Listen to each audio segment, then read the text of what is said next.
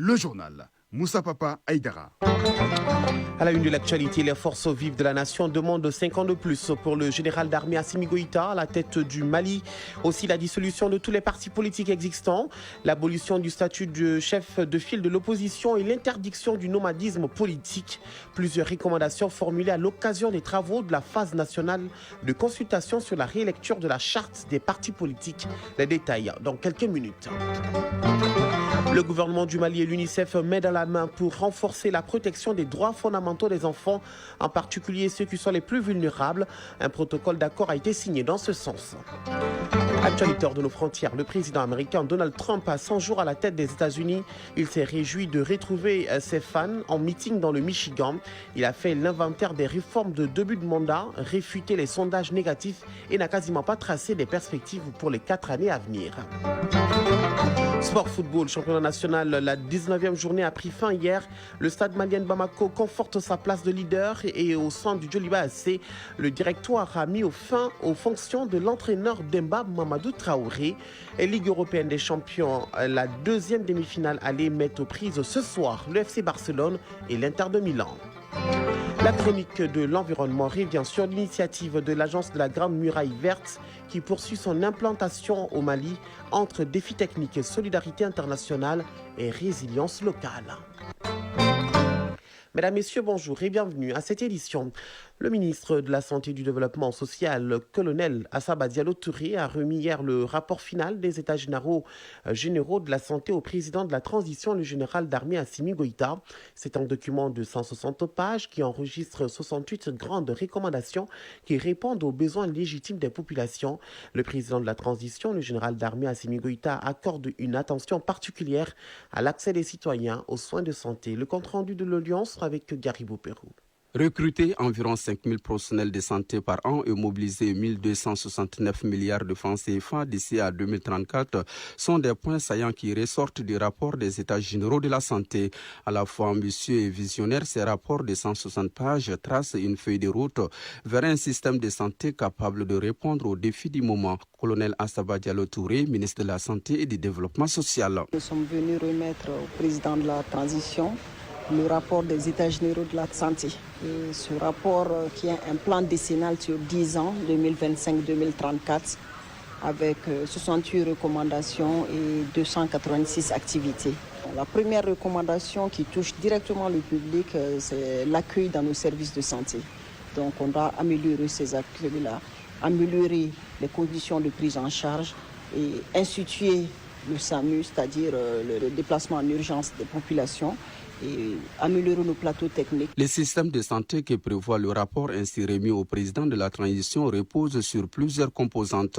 Pour l'hôte du jour, un système de santé performant renforce la cohésion sociale, réduit les inégalités, protège les plus vulnérables et prépare la nation à faire face aux éventuelles crises sanitaires. On a remercié le président de la transition pour tout ce qu'il a eu à faire pour les populations maliennes en matière de santé et de développement social. Nous demandons encore son appui pour que le plan qui a été élaboré puisse être exécuté.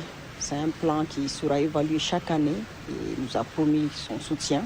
Et avec l'accompagnement des plus hautes autorités, nous pensons que nous pourrons faire le meilleur pour le bien-être, la santé de nos populations. Engagé personnellement dans cette dynamique, le chef de l'État a exprimé sa volonté de traduire les grandes recommandations en actions concrètes.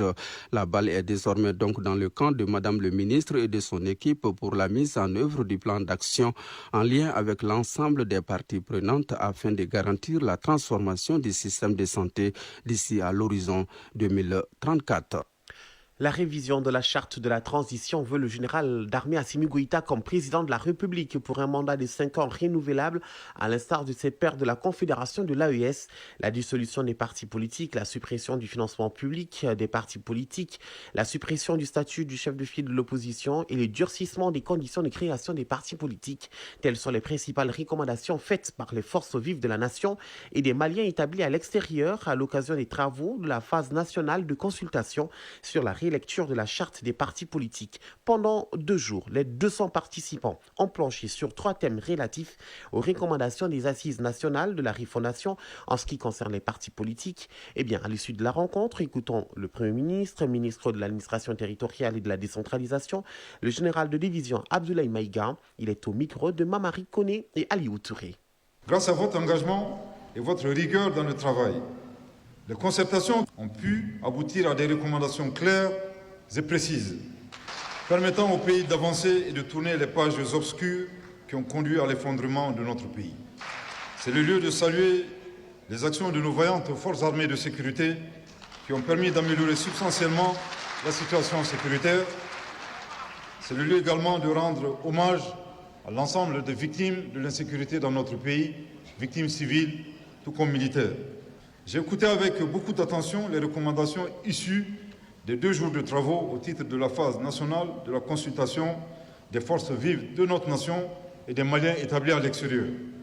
Je remercie également les participants et les félicite bien entendu pour les résultats de qualité obtenus en si peu de temps. Je voudrais enfin féliciter M. le ministre délégué et l'ensemble de la commission d'organisation.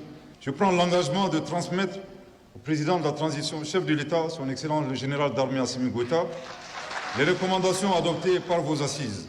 Le gouvernement, quant à lui, ne ménagera aucun effort sur la haute autorité du chef de l'État de prendre les dispositions nécessaires pour répondre aux attentes du peuple. À l'instant, donc, le Premier ministre, ministre de l'administration territoriale et de la décentralisation, le général de division Abdoulaye Maïga. Le gouvernement du Mali et l'UNICEF renforcent leur partenariat autour de la protection de l'enfant. C'est au cours d'une conférence ou une cérémonie qu'ils signent le protocole d'accord sur le déploiement du système de gestion de l'information pour la protection de l'enfant. Un tournant décisif pour renforcer la protection des droits fondamentaux des enfants, en particulier ceux qui sont les plus vulnérables. Compte rendu Awa Adama Coulibaly. Le chemin est encore long, mais une première étape est ainsi franchie dans le processus de renforcement du système national de protection et d'assistance aux enfants du Mali. 2 signatures sont apposées sur un protocole prometteur. Diarra Djeneba Sanogo, ministre de la promotion de la femme, de l'enfant et de la famille. Ce protocole d'accord qui lie désormais le ministère dont j'ai la charge et l'UNICEF définit les objectifs et partage les responsabilités d'organisation et de mise en œuvre du CPI-MS+. Le CPI-MS+, ou Primero, est une plateforme logicielle pour soutenir la collecte de données sur la gestion des cas de protection de l'enfant et l'établissement de rapports. L'UNICEF, premier collaborateur du gouvernement malien dans les questions de l'enfance, a grandement contribué à l'élaboration du dit protocole. Pierre Ngom, représentant de l'UNICEF au Mali. Par une gestion plus efficace des données et l'élaboration d'outils harmonisés, cette initiative ouvrira la voie à un travail social mieux coordonné et plus performant et à une meilleure qualité de suivi et évaluation de la prise en charge des enfants vulnérables. Le déploiement du CPIMS+ est l'une des recommandations du Comité des droits de l'enfant sur le rapport du Mali lors de sa 96e session à Genève, tenue en mai 2024.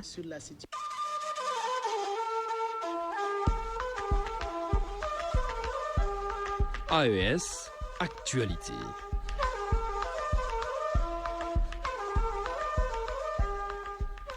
D'abord, nous sommes au Burkina Faso. Renforcement des capacités des policiers burkinabés en matière de lutte contre la fraude. L'association des fonctionnaires de la police nationale outille donc ses membres.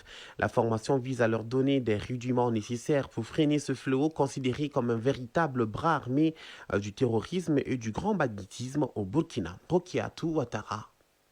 Elles viennent de 11 régions du Burkina pour cette formation.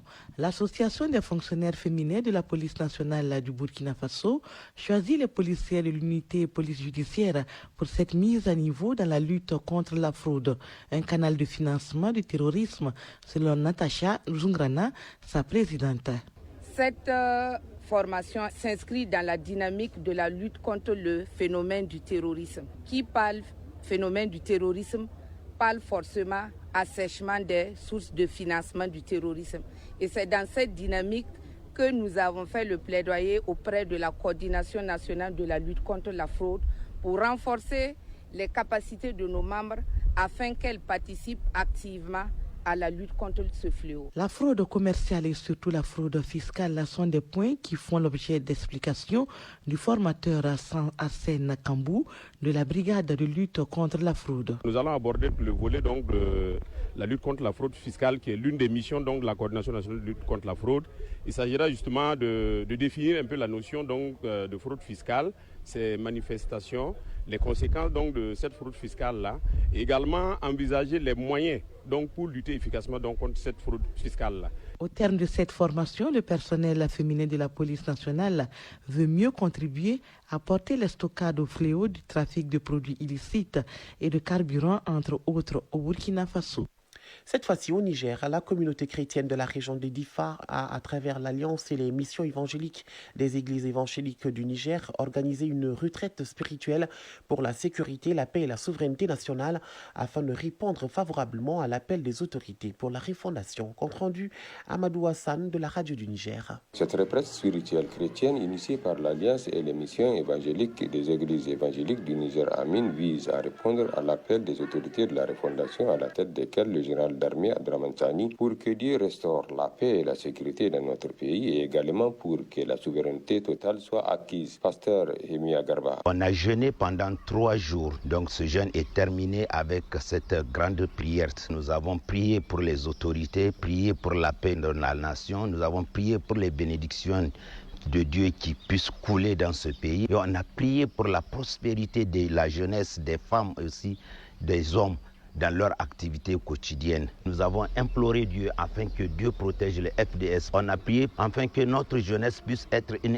jeunesse exemplaire. Au terme de cette rencontre, pasteur Hemia Garba a demandé à tous les fidèles de continuer à prier individuellement et ou collectivement dans les 6 églises et compte Amin dans la région de Difa afin que Dieu protège le Niger et son peuple au-delà de l'ensemble des pays de la Confédération de l'AES contre toutes les forces déstabilisatrices. Actualité hors de nos frontières. En Inde, le Premier ministre indien Narendra Modi a donné hier son feu vert à une opération militaire en représailles à l'attentat meurtrier commis il y a une semaine au Cachemire, dont il impute la responsabilité au Pakistan voisin. Le gouvernement pakistanais a assuré disposer de renseignements crédibles selon lesquels l'Inde prévoirait une frappe militaire imminente.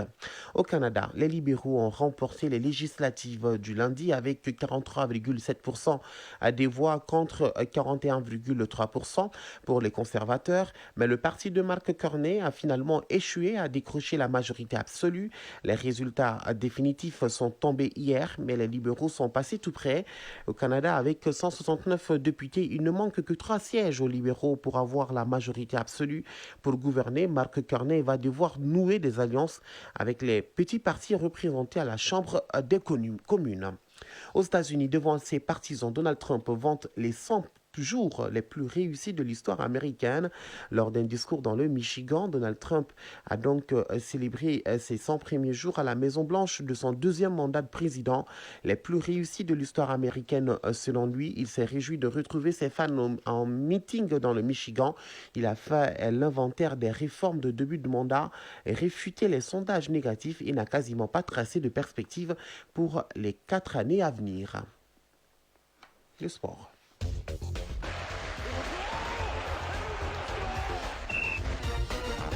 Allez, du foot, Ligue européenne des champions, la 2e demi-finale aller met aux prises ce soir le FC Barcelone et l'Inter de Milan. Hier, en première demi-finale aller, le Paris Saint-Germain s'est imposé 1-0 chez les Anglais d'Arsenal. Et performance remarquable du jeune ailier malien avec la Masia, le centre de formation du FC Barcelone en finale de la Ligue européenne des champions des jeunes. Et puis champion national, la 19e journée a pris fin hier. Le stade malien de Bamako conforte sa place de leader et au sein du Djoliba AC, le directoire a mis fin aux fonctions de l'entraîneur Demba Mamadou Traoré. Voyons tout cela avec Karidjou Matina. Football, championnat national Ligue 1 professionnel, les 3 derniers matchs de la 19e journée ont été joués hier mardi. Le FC Djara, demi-finaliste de la Coupe du Mali et qui croisera le stade malien de Bamako samedi, a réalisé une bonne opération lors de cette journée en battant 2-1 Afrique Football Elite AFE. L'USFAS, également demi-finaliste et qui jouera dimanche contre le Djoliba AC, l'a emporté 1-0 devant les 11 créateurs de Nyarela. et large victoire 4-0 de l'AS Real de Bamako face à l'Union sportive de Bougouni. Après cette 19e journée, on retrouve en tête le Stade Malien de Bamako avec 43 points. Les Blancs de Bamako comptent 6 points d'avance sur leur dauphin, le Djoliba Athletic Club, 37 points. Et l'USFAS ferme le podium avec 33 points. En bas du tableau, l'association sportive de Korofina ASCO est 13e avec 16 points et les Étoiles du Mandé occupent la 14e et dernière place du classement avec 13 points. Battu dimanche 3-1 par le Stade Malien de Bamako lors du derby comptant pour la 19e journée du championnat national, le Djoliba Athletic Club a décidé hier de se séparer de son entraîneur Demba Mamadou Traoré et de son staff, ayant permis aux Rouges de Bamako d'être champions la saison dernière et une qualification historique pour la phase des poules de la prestigieuse et lucrative Ligue africaine des champions. Celui que l'on surnomme Pep Guardiola était en perte de vitesse depuis quelques journées. Et la défaite 3-1 dimanche contre le Stade Malien de Bamako semble être la goutte d'eau qui a fait déborder le vase. Selon nos sources, l'intérim sera assuré par Dédé Tamboura et Abdou Traoré. C'est là en attendant l'officialisation du nom d'un nouvel entraîneur pour diriger les Rouges de Bamako. Cette grande performance, le jeune talent de la Masia, le prestigieux centre de formation du FC Barcelone, le Malien Ibrahim Diarra a été déterminant pour le triomphe du FC Barcelone en finale de la Youth League, c'est-à-dire la Ligue des champions des jeunes. Face au club turc de Trabzonspor à Nyon en Suisse, le jeune ailier malien a inscrit 2 buts, puis a offert une passe décisive sur les 4 buts du Barça. Arrivé à la Masia en provenance d'Africa Foot de Bamako, Ibrahim Diarra, surnommé Kaka, l'ancien joueur brésilien, c'est là pour son élégance balle au pied et ses accélérations, connaît une progression fulgurante et semble bien partir pour s'affirmer au plus haut niveau européen. C'est là au bonheur de la sélection fanion, les Aigles du Mali. Ligue européenne des champions nouvelle version, la seconde demi-finale aller se joue ce soir à 19h et oppose au Camp Nou le FC Barcelone à l'Inter Milan. Déjà hier soir, Arsenal recevait le Paris Saint-Germain pour la manche aller de la première demi-finale. Dans ce match à l'Emirates Stadium à Londres, les choses sont allées très vite. Dès la 4e minute de jeu, le Paris Saint-Germain, pour sa toute première attaque, va ouvrir le score grâce à Ousmane Dembélé. Et ça sera d'ailleurs l'unique but de la partie. Les Parisiens prennent ainsi une légère option pour la finale avant le match retour prévu le 7 mai prochain en France au Parc des Princes. Chronique de l'environnement. Face à l'urgence climatique et à la dégradation continue des terres, l'initiative de l'agence de la Grande Muraille Verte poursuit son implantation au Mali entre défis techniques, solidarité internationale et résilience locale. Pour comprendre les leviers actuels et les perspectives d'avenir, Agibou Coulibaly s'est entretenu avec Toumani Diallo, directeur général de l'agence nationale en charge de sa mise en œuvre. C'est le sujet de la chronique de l'environnement. Depuis quelques années, l'initiative de la Grande Muraille Verte bénéficie d'un nouvel élan grâce à une synergie d'acteurs aussi bien nationaux qu'internationaux, détaille Toumani Diallo, directeur général de l'agence de la Grande Muraille Verte au Mali. Le premier partenaire de la mise en œuvre de la Grande Muraille Verte, c'est l'État d'abord. Les chefs d'État se sont mis ensemble et disent que nous sommes confrontés aux mêmes défis environnementaux. Pourquoi ne pas prendre l'initiative, en tout cas de Dakar à Djibouti, qui va nous permettre de lutter contre l'avancée de cette désertification. À l'intérieur de ces États, il y a les collectivités territoriales. Ces collectivités territoriales, leur participation, leur contribution est indispensable. Mais à côté, il y a les partenaires techniques et financiers. Il y a aussi le secteur privé. En tout cas, la Grande Muraille Verte donne une place de choix au secteur privé. Puisque pour inscrire même l'action dans la durabilité, il faut que nous-mêmes nous appuyons sur nos propres ressources. Il y a un dernier partenaire, ce sont les communautés bénéficiaires. Quand elles n'y adhèrent pas, nous n'irons pas loin. L'un des grands défis actuels reste l'adaptation aux effets du changement climatique. Aujourd'hui, tout le monde est conscient que le changement climatique est là. Ce n'est plus les mêmes conditions que nous vivions peut-être il y a 50 ans. Donc quand le phénomène est là et qu'on ne peut pas empêcher, il faut s'y adapter. Toute la notion d'adaptation. Et maintenant, pour s'adapter, il faut se donner les moyens de résilience pour s'adapter à cela. Aujourd'hui, il faut aller vers une diversification de nos activités agricoles. C'est pour cette raison, au niveau de la Grande Muraille Verte, nous, on a estimé qu'il faille mettre l'accent sur l'implantation des fermes agricoles communautaires intégrées. Le mot intégration a tout son sens. C'est-à-dire quand une activité ne réussit pas parce que la saison n'a pas bien donné, peut-être à côté, une autre activité a été développée sur le même espace qui peut permettre aux populations non seulement de s'adapter à ces conditions climatiques, mais de pouvoir résilier, en tout cas par rapport à la situation. Pour permettre de réussir même nos actions de plantation, il nous faut faut adopter d'autres stratégies agroforestières telles que la RNA, la régénération naturelle assistée, qui nous permet de disposer des espèces adaptées à l'écologie présente, mais qui ont moins d'exigences par rapport aux conditions hydriques et autres. Quant au financement, des mécanismes innovants sont à l'étude pour garantir la continuité des actions précises du directeur Diallo. Le mécanisme de financement repose principalement sur les États, à travers les budgets d'État. De l'autre côté, il y a les partenaires techniques et financiers, en tout cas qui nous appuient, mais il y a le secteur privé. Mais au-delà, il y a aussi également les collectivités territoriales qui peuvent contribuer au financement de la Grande Muraille Verte. Mais nous avons aussi développé d'autres instruments au niveau de l'agence panafricaine. Très récemment, il y a eu un audit institutionnel, technique et opérationnel de l'agence panafricaine de la Grande Muraille Verte et les structures nationales. Donc à travers lesquels audits, il y a eu beaucoup de propositions de mécanismes financiers, tels que les banques carbone, tels que la mise en place des fonds de développement local. Pour renforcer l'impact de l'initiative, Toumani Diallo estime que des efforts supplémentaires sont nécessaires. D'abord, il faut renforcer la mobilisation des ressources, il faut renforcer la communication, mais il faut également renforcer la mobilisation humaine. La Grande Muraille Verte au Mali ne se limite pas à planter des arbres. Elle dessine les contours d'un avenir plus résilient, plus vert et plus inclusif.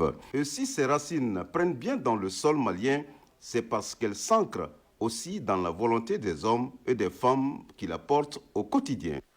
Voilà l'essentiel de l'actualité de ce 7h. Merci à vous de l'avoir suivi. Présentation Moussa Papaïdara, mise en onde bien assurée par Soumaïla Adiara, mise en ligne Mohamed Koulibaly et Badji Touré, réalisation Bourama Traoré. Merci à tous encore une fois. Prenez soin de vous et des autres, mesdames, messieurs.